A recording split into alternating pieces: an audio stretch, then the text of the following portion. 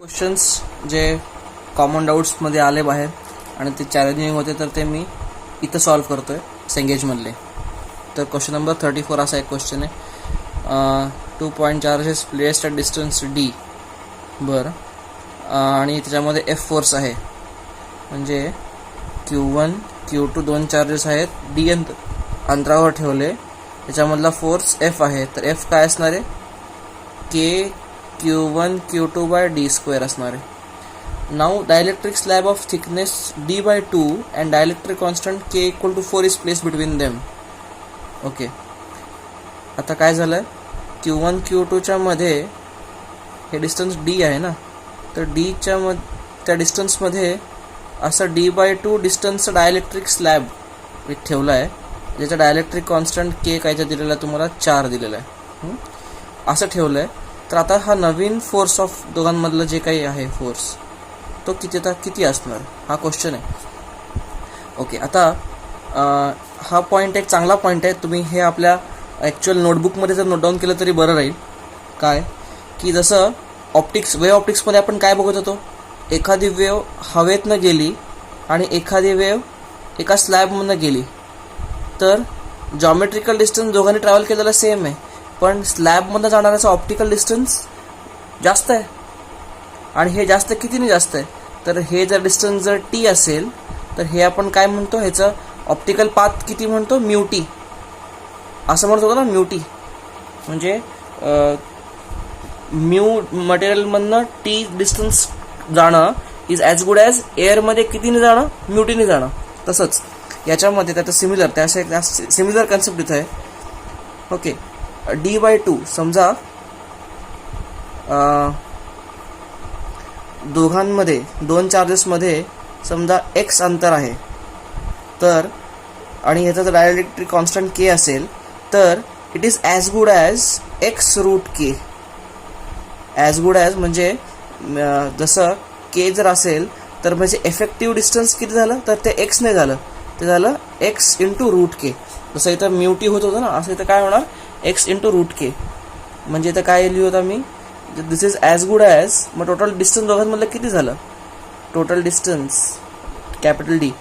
हवेतलं d/2 आहे, हवेतलं d/2 आहे, d/2 हवेतलं, आणि ह्याच्यातलं किती आहे, डिस्टन्स इंटू रूट k ना, रूट k ची व्हॅल्यू 4 असल्यामुळे रूट k ची व्हॅल्यू 2 आहे, म्हणजे काय झालं, हे 3d/2, k ची व्हॅल्यू 4 सबस्टिट्यूट केली. ओके, मग आता नवीन फोर्स एफ डॅश काय राहिला, K Q1 Q2 by D square, हे डिस्टन्स आहे ना, तिथं स्क्वेअर म्हणजे 9d² वरती 4, म्हणजे किती आलं हे 4/9 एफ. ही एफची व्हॅल्यू टाका इथं. आन्सर असा ऑप्शन दिला त्यांनी, 4/9 पहिला ऑप्शन आहे. ठीक आहे, कळलं कसं करायचं सॉल्व. ओके, पुढचा प्रॉब्लेम आहे 13. ॲक्च्युली हा टेस्टमधला प्रॉब्लेम आहे. 5 balls numbered 1 to 5 are suspended using separate threads. बरं, पेअर 1 2 2 4 आणि 4 1 शो इलेक्ट्रोस्टॅटिक अट्रॅक्शन. ओके, म्हणजे 1 2 मध्ये अट्रॅक्शन आहे. ओके, आणि कशामध्ये 2 आणि 4 मध्ये पण अट्रॅक्शन आहे. म्हणजे असं आहे 1 2 2 4 आणि 4 1, आणि 4 आणि 1 मध्ये पण अट्रॅक्शन आहे. असं कसं काय शक्य आहे? बघा, जर हे पॉझिटिव्ह असेल तर निगेटिव्ह असायलाच पाहिजे, आणि निगेटिव्ह असेल तर पॉझिटिव्ह असेल तर हे आणि हे मला रिपेल करायला पाहिजे, पण अट्रॅक्शन व्हायला लागलंय. किंवा तुम्ही हे निगेटिव्ह घ्या, मग जेव्हा हे पॉझिटिव्ह येईल आणि हे परत निगेटिव्ह येईल, पण निगेटिव्ह अट्रॅक्शन व्हायला लागलंय 4 आणि 1चं. हे कसं शक्य आहे? याचाच अर्थ याच्यामधला कुठला तरी एक न्यूट्रल आहे, असायलाच पाहिजे कुठला तरी एक न्यूट्रल. बरं, आता हा कुठला न्यूट्रल आहे बघू पुढे. ॲटलिस्ट हे कन्क्लुजन तुम्हाला कळलं पहिलं, यातलं एक न्यूट्रल असायला पाहिजे. बरं, पुढे काय म्हणलं, पेअर 2 3 आणि 5 5 शो 2 3 आणि 5 5 शो रिपल्शन. हे टायपिंग मिस्टेक दिसते मला. 2 3 आणि 5 5 कसं असेल,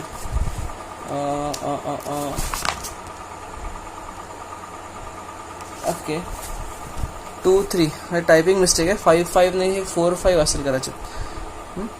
2 3 रिपल्शन आहे ना, म्हणजे हे 2 3 मध्ये रिपल्शन आहे आणि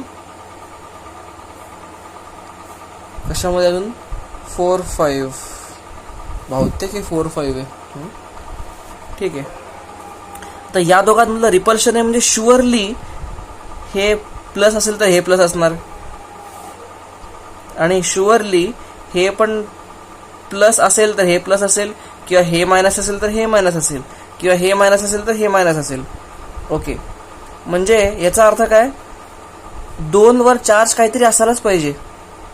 2 कॅनॉट बी न्यूट्रल, कळतंय का. 2 न्यूट्रल असेल तर इथं रिपल्शन झालंच नसतं, अट्रॅक्शनच झालं असतं.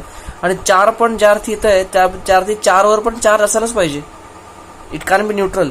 मग 2 आणि 4 न्यूट्रल होऊ शकत नाही, तर इथं या तिघांपैकी कोणतरी एक न्यूट्रल पाहिजे, तर एक न्यूट्रल असायलाच पाहिजे.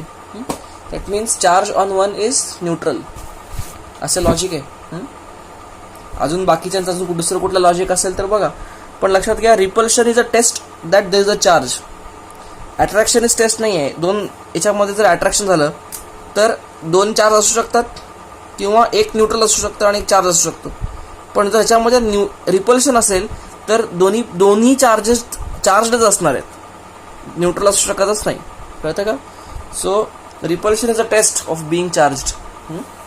हा झाला 13वा प्रॉब्लेम. याच्या पुढचा प्रॉब्लेम आहे 44. जे स्टुडंट्सनी मार्क केलेलं आहे ते मी सांगतोय. 44 बर. Circular loop of wire radius A carries total charge Q uniformly distributed over its length. बर. Small length dl of wire is cut off. The electric field at the center. बघा, circular loop आहे ना radius ए चं, तर त्याचा total charge Q आहे. म्हणजे lambda किती झाला, चार्ज पर युनिट लेंथ 2 पाय ए, 2 पाय आर रेडियस आहे. म्हणजे याचा लॅम्बडा किती झाला, एवढा झाला. आता जर डीएल लेंथ कट केली, डीएल लेंथ समजा असं झालं असं, आणि यातलं डीएल लेंथ कट केली, तर या ठिकाणी त्याने विचारलेलं आहे इलेक्ट्रिक फील्ड या सेंटरला किती राहणार. इथं इलेक्ट्रिक फील्ड किती असणार त्याने असंच विचारलं ना. ओके, आता जर ही रिंग कंप्लीट असती ही रिंग, तर इथलं इलेक्ट्रिक फील्ड काय असतं, 0 असतं, कारण हा पॉईंट सगळ्या बाजूनी इक्वली ओढला गेलाय. वेक्टर सगळे एकमेकांना कॅन्सल करतील. आता काय होईल, हा जर मी पार्ट काढून घेतला तर ह्याच्यावर इलेक्ट्रिक फील्ड आता 0 होणार नाही, काय तर नेट इलेक्ट्रिक फील्ड येणार आहे. कळतंय का. नेट इलेक्ट्रिक फील्ड किती आहे, याच्यावर जेवढा चार्ज आहे तितकाच अमाऊंटचा चार्ज अपोजिट साईडचा त्याला ढकलेला होता. बघा, कळतंय का तुम्हाला. हा इथला चार्ज याला ढकलत होता आणि इथला चार्ज त्याला ढकलत होता वापस, म्हणून ते एकमेकांना कॅन्सल करत होते. असं ढकलत होता, असं ढकलत होता, एकमेकांना कॅन्सल करत होते. आता इथल्या गोष्टीला काढून टाकलं मी, त्यानंतर म्हणजे काय झालं, आता हा ढकलणार आहे ना, म्हणजे असा अनबॅलन्स लागला फोर्स, इलेक्ट्रिक फील्ड लागलं. मग आता हे इलेक्ट्रिक फील्ड किती असणार, असं असणार electric field unbalance, E net असणार. हे नेट किती असणार, ह्याच्यावर चार्ज जेवढा आहे, या छोटा तुकडा डीएल तुकडा आहे ना, डीएल तुकडा चार्ज जेवढा आहे त्याच्यामुळे झालेलं इलेक्ट्रिक फील्ड तर असणार. ते किती असणार, इलेक्ट्रिक फील्ड काय असतं, के क्यू बाय आर स्क्वेअर असतं. के क्यू, ह्याच्यावर चार्ज किती आहे, डीएल लेंथवर चार्ज किती, लॅम्बडा इंटू डीएल असतं ना, कारण लॅम्बडा पर युनिट लेंथ आहे. 2 पाय ए हा काय लॅम्बडा इंटू डीएल. कळतंय का. हा झाला के, हा झाला क्यू बाय डिस्टन्सचा square, K Q by R square. Okay, आता हे ई नेट मला कसं लिहिता येईल, हा कितवा क्वेश्चन आहे. ओके, एप्सिलॉन म्हणजे के ची व्हॅल्यू ठेवली 1/4 एप्सिलॉन नॉट, तर काय येईल, वरती काय राहील, क्यू डी एल वरती राहील, आणि खाली काय राहील, ए क्यूब, आणि हे 8 पाय स्क्वेअर एप्सिलॉन नॉट राहील. के ची व्हॅल्यू फक्त ठेवून टाका, बाकी काही वेगळं केलेलं नाही मी. ओए, पाय स्क्वेअर याला नाही पाहिजे का, काय चुकतं आहे का. आता मी चेक केलं, ही प्रिंटिंग मिस्टेक आहे त्यांच्या बुकमध्ये.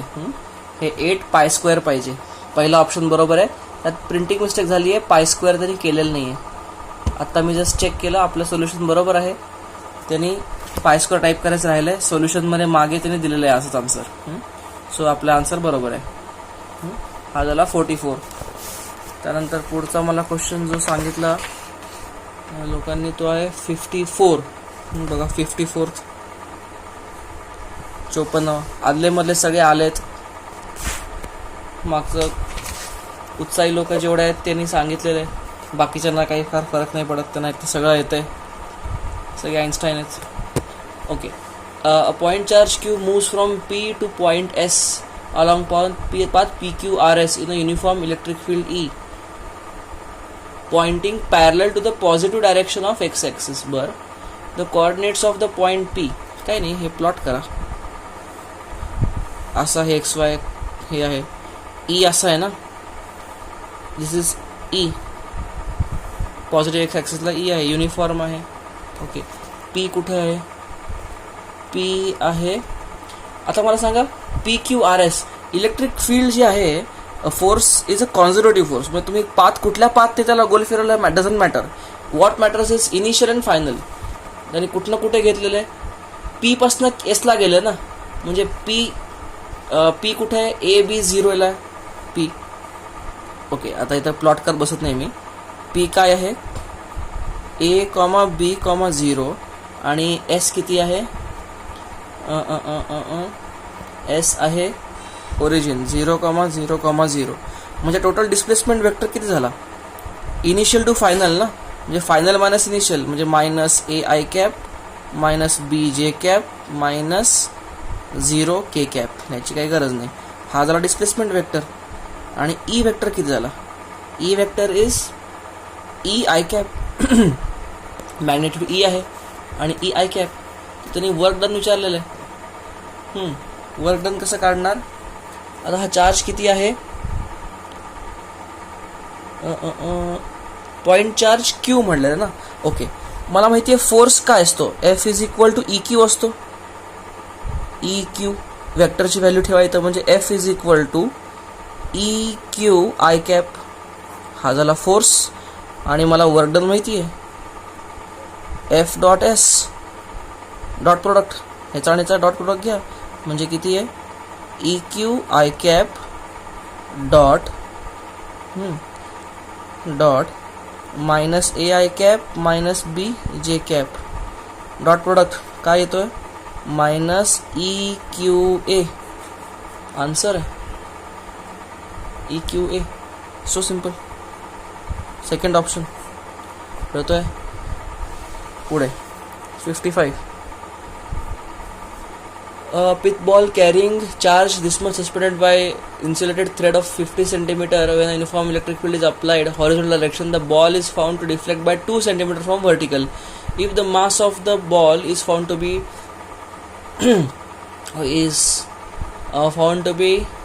0.5 gram, the intensity of electric field. बघा काय झालं, असा तो या पोझिशनला हँगिंग होता आणि काय झालं, तो असा डिफ्लेक्ट झाला. तो बॉल असा डिफ्लेक्ट झाला. त्या बॉलचं तिने वजन काय दिलं? 0.5 ग्राम. एमची व्हॅल्यू किती आहे? 5 × 10⁻⁻4 kg. हे झालं 0.5 ग्राम. ओके. त्यानंतर हे झालं 50 सेंटीमीटर लेंथ आहे आणि तो किती सेंटीमीटरने डिफ्लेक्ट झाला? 2 सेंटीमीटर. बेसिकली 2 सेंटीमीटर फार लहान असतं ना 50च्या टर्म्समध्ये. मी ते प्रपोर्शनेट काढलेलं नाही आहे, त्याचा काही प्रॉब्लेम नाही. बघा तसं जर असेल तर हा अँगल थिटा फार छोटा असेल. If theta is small I can say sine theta almost equal to tan theta. आणि टॅन थिटा काय आहे किंवा साइन थिटा काय आहे? तर अपोजिट आपण हायपोटन्यूस 2/50 म्हणजे 1/25. बरं, दिस इज 1 रिझल्ट 1/25. आता या स्थितीमध्ये हे खाली लागणार आहे mg आणि हा फोर्स लागणार आहे QE. असा E आहे ना, असा E आहे आणि याच्यावर चार्ज Q आहे म्हणजे फोर्स काय असतो? QE असतो. ओके. म्हणजे हा ही लाईन असेल तर हा थिटा जर असेल तर हा थिटा झाला तोच. इथं काय लिहिता येईल मला? टॅन थिटा काय लिहिता येतं? अपोजिट अपॉन ॲडजस्टंट म्हणजे QE अपॉन mg. आणि ह्या टॅन थिटाची व्हॅल्यू 1/25 मला माहिती आहे. This is equal to 1/25. त्यांनी तुम्ही मला काय विचारलं आहे? Intensity of electric field. त्यांनी E विचारलेलं आहे. म्हणजे E is equal to mg upon 25q. Solve करा. 5 into 10⁻⁻4 g upon 25q. q काय 1/25, म्हणजे हे आणि हे उडलं. Answer is 5 into 10⁻³ newton per coulomb किंवा वोल्ट पर मीटर. असं काही आन्सर आहे का? ओय कॅल्क्युलेशन आपण कुठं चुकलं का? बरोबर आहे. आता कॅल्क्युलेशन चेक करावं लागेल. आता चार्जची व्हॅल्यू, ओ सॉरी, एक मिनिट, इथंच चुकलं माझं. हां, इथपर्यंत बरोबर आहे, तुमचं कॅल्क्युलेशन पुढे चुकलं. ओके, एम काय आहे 5 इंटू 10⁻⁴ जी हे आहे 25 आणि क्यूची व्हॅल्यू टाकायची चुकली माझी. क्यूची व्हॅल्यू मी असं काय तर घेतली त्यासारखी.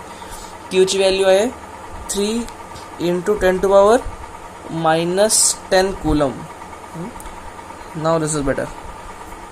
हे काय झालं 1/15 इंटू 10⁻⁻³ झालं 7. चेक करा कॅल्क्युलेशन. ओके, हे 15 90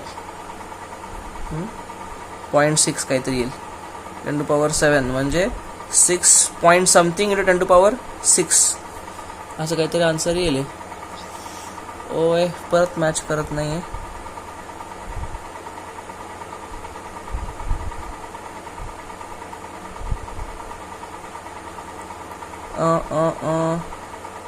हे 0.06 यायला पाहिजे.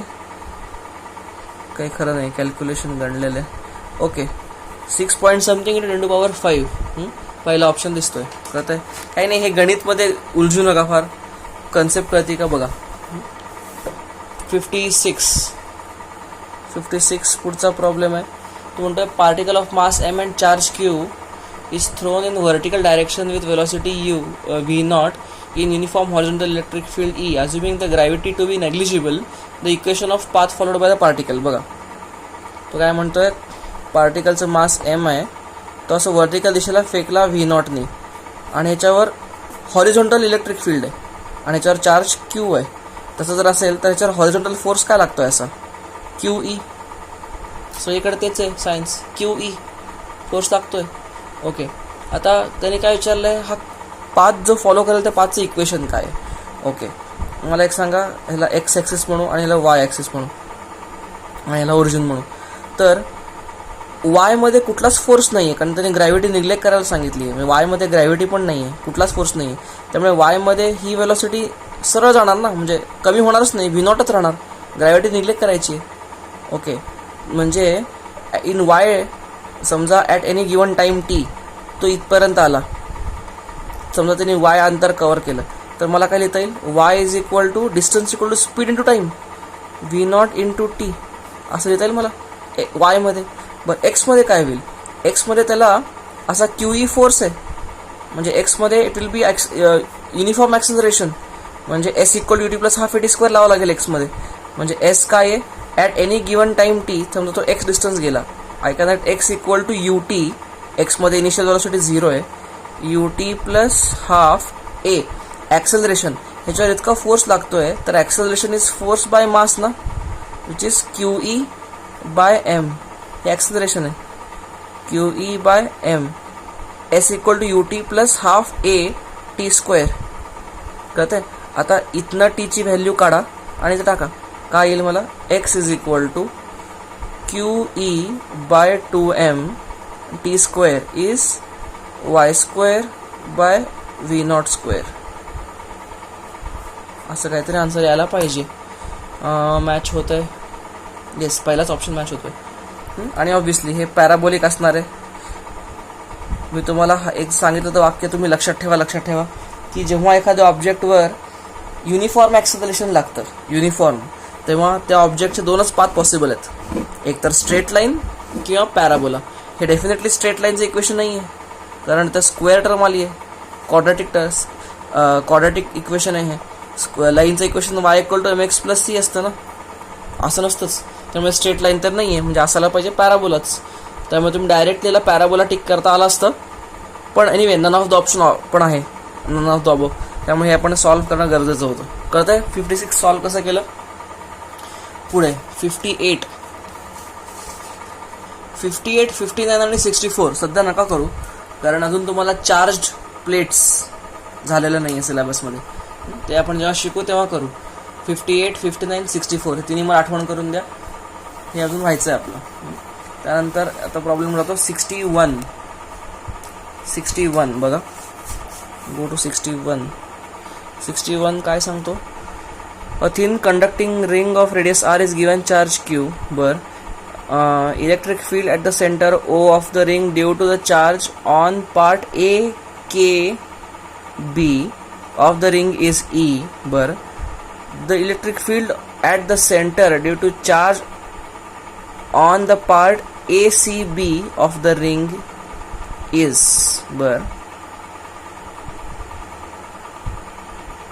बघा, सगळ्यात पहिली गोष्ट लक्षात घ्या, असं ही रिंग आहे, असं त्याचे भाग केलेले आहेत. ह्याला म्हणलं सी, ह्याला म्हणले ए, ह्याला म्हणलं याचा मिड पॉईंट के आहे बी, आणि ह्याला डी म्हणलं आणि ह्याला ओ म्हणलं आहे. ओके, त्यांनी काय केलेलं आहे, क्यू रेडियस आर आहे याची, आणि याच्यावर किती चार्ज डिपॉझिट केला आहे, क्यू डिपॉझिट केला आहे. जर चार्ज क्यू डिपॉझिट केला आहे तर चार्ज पर युनिट लेंथ किती झाला, लॅमडा, तो काय झाला, charge per unit length 2πr, हा झाला लॅमडा. आता हा जर लॅमडा असेल तर मला सांगा, बेसिकली ओव्हर इलेक्ट्रिक फील्ड तर 0 असायला पाहिजे, कारण सिमेट्री आहे, सगळीकडनं इक्वली तो खेचला जाईल. तर ओव्हर इलेक्ट्रिक फील्ड 0 म्हणजे, पण आता ए बी जर जो काही इलेक्ट्रिक फील्ड होतं, समजा हे ए बी, आता ए बीचा सेंटर असा असेल तर ए बीचं मुळे इलेक्ट्रिक फील्ड असं लागत असेल, सिमेट्री आहे ना सगळीकडे, तर मला सांगा ए बीमुळे इलेक्ट्रिक फील्ड किती लागेल. हा अँगल 45 डिग्री असेल, एक्झॅक्ट बॅलन्स, एक्झॅक्ट त्याचा सेंटर आहे, सिमेट्री आहे पूर्ण. आणि ह्याचं त्यांनी काय म्हणलं आहे, हे इलेक्ट्रिक फील्ड किती आहे, हे इलेक्ट्रिक फील्ड त्यांनी म्हणलेलं आहे ई आहे. ओके, तर मला सांगा ईची व्हॅल्यू काढता येईल का. ईची व्हॅल्यू काय असते, के क्यू बाय आर स्क्वेअर असतं ना, केच्या ठिकाणी के, क्यू चार्ज, ह्याच्यावर चार्ज किती आहे, चार्ज पर युनिट लेंथ एवढा असेल तर याच्यावर चार्ज किती झाला, charge per unit length into length, तर किती आहे, Q by 2πr, he charge per unit length झाली, इंटू लेंथ ऑफ ए के बी. ए के बीची लेंथ किती आहे, 1/4 ऑफ सर्कम्फरन्स, म्हणजे 2πrच्या 1/4, म्हणजे I can say 2πr/4 means πr/2 ही लेंथ आहे. के हे झाला K Q by R square, R square, हे डिस्टन्स आर स्क्वेअर, तरी आर स्क्वेअर असंच असणार ना. ओके, याला अजून थोडं चांगलं आणतो, हे पाय आर कट झाले, तर काय झालं, हे के क्यू बाय 4 आर स्क्वेअर, काय झाली value, K Q by 4 R square. एकदा मी चेक करतो कॅल्क्युलेशन बरोबर आहे का, पायर गेला 4 आर स्क्वेअर बरोबर आहे. What is this K Q by 4 R square, या ए के बी पार्टने लावलेलं इलेक्ट्रिक फील्ड जे हे काढलेलं आहे ई, तर त्यांनी काय विचारलं, ए सी डी बीनी किती लावला असायला पाहिजे, सो दॅट काय व्हायला पाहिजे, त्यांनी काय विचारलं, electric field generator. Okay, electric field at centre due to charge on particle to A C D B of ring is. Okay, आता मला सांगा, इथं जर 0 व्हायला पाहिजे तर ए सी डी बी मिळून पण असंच लावायला पाहिजे ना, ई बेसिकली करायची गरजच नव्हती. जर नेट इथं 0 व्हायला पाहिजे, ईला ओच्या ठिकाणी नेट 0 पाहिजे. जर ई असं लागत असेल वरच्या ए के बी पार्टमुळे, तर उरलेल्या 3/4 पार्ट पण असंच लागायला पाहिजे, तरच 0 येईल, तर 0 होणं शक्यच नाही. म्हणजे आन्सर याचा ई आहे, आणि अलॉंग ओके चौथा ऑप्शन. कळत आहे का. ओके, 64 करू नका म्हणलं तुम्हाला. त्याच्यानंतर पुढचा प्रॉब्लेम आहे 75. बघा 75. ओके, मधले प्रॉब्लेम्स ज्यांनी मला ॲटलिस्ट कॉन्टॅक्ट केलेला आहे म्हणतायत मधले प्रॉब्लेम्स त्यांना आलेले आहेत, so I am happy for it, very nice. ज्यांनी कॉन्टॅक्ट नाही केलेला आहे, मी माझ्याकडनं पूर्ण प्रयत्न केला तुम्हाला ग्रॅव्हिटी सगळं समजून सांगायची, पण शेवटी मी तुमच्या वतीनं अभ्यास करू शकत नाही. हे शेवटी तुम्हालाच इनिशिएटिव्ह घ्यायचं आहे. ठीक आहे. तर त्यांना एकतर वाटत नाही काही गरज, किंवा आय डोंट नो काय डोक्यात चालू आहे. 75. Charge plus Q is placed at each points this ad infinitum, म्हणजे मे बी इन्फिनिटीपर्यंत आहे. हा वेगळा शब्द ऐकला मी. हा on x axis and charge minus Q is placed at each points असं आहे, where x naught is positive constant. Take electric potential at a point due to charge q. Take electric potential at a point due to charge q is okay. Then potential at origin due to the above system is बरं diagram काढायला लागेल. नाही नाही, हे सिरीजचं example आहे.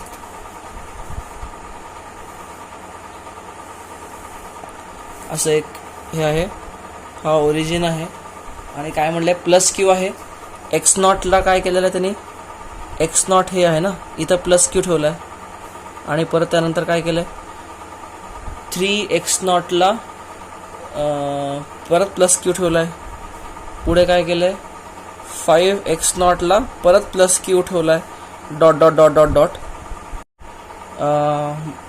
नाही इथं नाही आहे, कुठे मायनस क्यू ठेवला आहे 2x नॉटला, इथं नाही आहे या ठिकाणी. 2x नॉटला मायनस क्यू ठेवला आहे आणि व्हॉट इज दिस 4x नॉटला मायनस क्यू ठेवला आहे आणि 6x नॉटला म्हणजे मायनस क्यू, असं डॉट डॉट डॉट. हे पण पुढेपर्यंत असं सगळं चाललं आहे इन्फिनिटीपर्यंत. त्यांनी काय विचारलं आहे, then potential at origin due to the above system, या ठिकाणचं पोटेन्शियल किती आहे. ते पुढचं वाक्य मला तर युजलेसच वाटतंय. जर क्यू ठेवला असेल तर त्याच्या अंतरावर एवढं होईल, ते तर माहिती आहे ना आपल्याला, KQ/R असतं. ठीक आहे. तर या ठिकाणी त्यांनी विचारलं आहे किती पोटेन्शियल आहे. मला सांगा, पोटेन्शियल ही स्केलर क्वांटिटी आहे, त्यामुळे पोटेन्शियल आपण नुसतं algebraically we can go on adding. बरं, आता समजा हे डिस्टन्स A मानलं, तर हे A आणि 2x 3x 4 म्हणजे हे ए ए ए ए ए येत असणार ना. ओके, म्हणजे काय येतं V इज इक्वल टू, याच्यामुळे काय येणार KQ/A, ह्याच्यामुळे मायनस आहे ना, हे KQ/2A plus KQ/3A minus KQ/4A plus KQ/5A. कळत आहे का? म्हणजे 1 2 3 4 5 असं चालत राहणार इन्फिनिटीपर्यंत. ओके, यातनं मी काय करतो, KQ/A कॉमन काढतो. 1 minus half plus 1/3 minus 1/4 plus 1/5 up to infinity. अशी सिरीज आहे. ही एक स्टँडर्ड मॅथमॅटिकल सिरीज आहे आणि याचं आन्सर येतं नॅचरल लॉग ऑफ 2. हे कुठनं येतं, कसं येतं, काय येतं, हे चॅप्टर्स सेपरेट आहेत, मॅथ्सवाले लोक शिकतात. तर मला तुम्ही फक्त जेव्हा आपण रेग्युलर क्लासमध्ये भेटू तेव्हा मला तुम्ही फक्त आठवण करून द्या, काही इम्पॉर्टंट सिरीज आहेत का ज्या तुम्हाला पाठ करायच्या आहेत, त्या मी तुम्हाला लिहून देईल.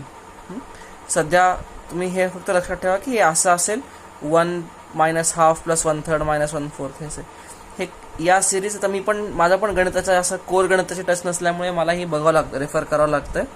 तर ह्याचा आन्सर log 2 असतं. याचं सगळ्याची व्हॅल्यू किती असते, log 2 अशी असते. म्हणजे आन्सर काय झालं, Kची व्हॅल्यू 1/4πε0 किंवा Q log 2/4πε0A. आन्सर असं मॅच होतं आहे का बघा क्वेश्चन. ओके, चौथा ऑप्शन मॅच झाला आहे. आन्सर आहे ह्याच्यात, हे नोट डाऊन करून ठेवा. हे झालं 75. त्यानंतर पुढचा क्वेश्चन आला 78. बघा. ओके, 78 मध्ये त्यांनी काय दिलं आहे, 2 रिंग दिलेले आहेत. एक रिंग, दुसरी रिंग. हा पॉइंट A आहे आणि हा पॉइंट B आहे. दोन्ही मधला डिस्टन्स आहे कॅपिटल आर. दोन्हीची डिस्टन्स पण आर आहे आणि ह्याची दोघांची रेडियस पण आर आणि आर आहे. बर, ह्याच्यावर 2Q चार्ज डिपॉझिट केला आणि ह्याच्यावर Q चार्ज डिपॉझिट केला असं दिलेलं त्यांनी. तर त्यांनी काय म्हणलेलं आहे, यातलं कुठलं करेक्ट आहे असं त्यांनी म्हणलं आहे. बरं, पोटेन्शियल ॲट ए, आपण ते सगळं काढावंच लागेल अशा प्रॉब्लेम्समध्ये. You have to find out. Okay, potential at A कसं काढणार? पोटेन्शियल ॲट ए, आता ए पॉईंटला पोटेन्शियल कोणाकोणामुळे? या रिंगच्या चार्जमुळे तिथं आहेच पोटेन्शियल, प्लस या चार्जमुळे पण तिथं पोटेन्शियल आहे. बरं, पहिल्यांदा हे काढू. ह्याच्यामुळे चार्ज किती आहे? KQ/R. कळतंय का? KQ/R. का KQ/R? कारण एच्या भोवती सभोवताली सगळा Q charge, 2Q charge, sorry K2Q म्हणलं ना मी, 2Q चार्ज R अंतरावर विभागला गेलेला ठेवला ना, म्हणजे K2Q/R. 2KQ/R. काय छान लिहिलं, बाकी काही नाही. हा VA1 म्हणू याला. बरं, VA2 कशामुळे? याच्यामुळे इथं लागलेला. आता हा ए पॉइंट याच्या ॲक्सिसवर आहे ना, तर रिकॉल करा, रिंगच्या ॲक्सिसवर आपण इलेक्ट्रिक फील्ड तुम्हाला मी डिराईव्ह करून दाखवलं आहे. आणि तुम्ही दीपक सरांचा तो क्लास ऐकला असेल, तुम्ही नोट केला असेल, तर आपण ॲक्सिसवर एका पॉईंटच्या पोटेन्शियल पण काढलेलं आहे. त्याची व्हॅल्यू काय असते बघा.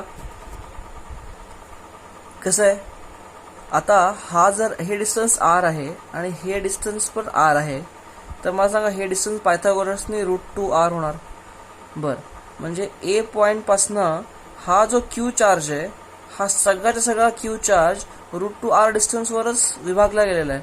त्यामुळे याच्यामुळे इथं झालेलं पोटेन्शियल किती असणार आहे? KQ/डिस्टन्स, जे ते किती आहे? √2R आहे. त्यामुळे टोटल पोटेन्शियल किती असणार आहे याचं? या दोघांची ॲडिशन असणार आहे. म्हणजे KQ/R कॉमन काढलं मी, 2 + 1/√2. ओके, आता त्यांनी ऑप्शन्स बघा. ऑप्शन काय दिल्यामध्ये कुठला प्रॉब्लेम आपण करतो आहे? प्रॉब्लेम आहे हा 78 आहे ना. ओके, बघा आता ह्यांना एक वाईट सवय आहे, सगळं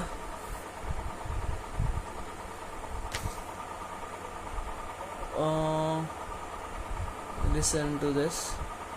वाईट सवय अशी आहे की सगळं ते केची व्हॅल्यू टाकायची.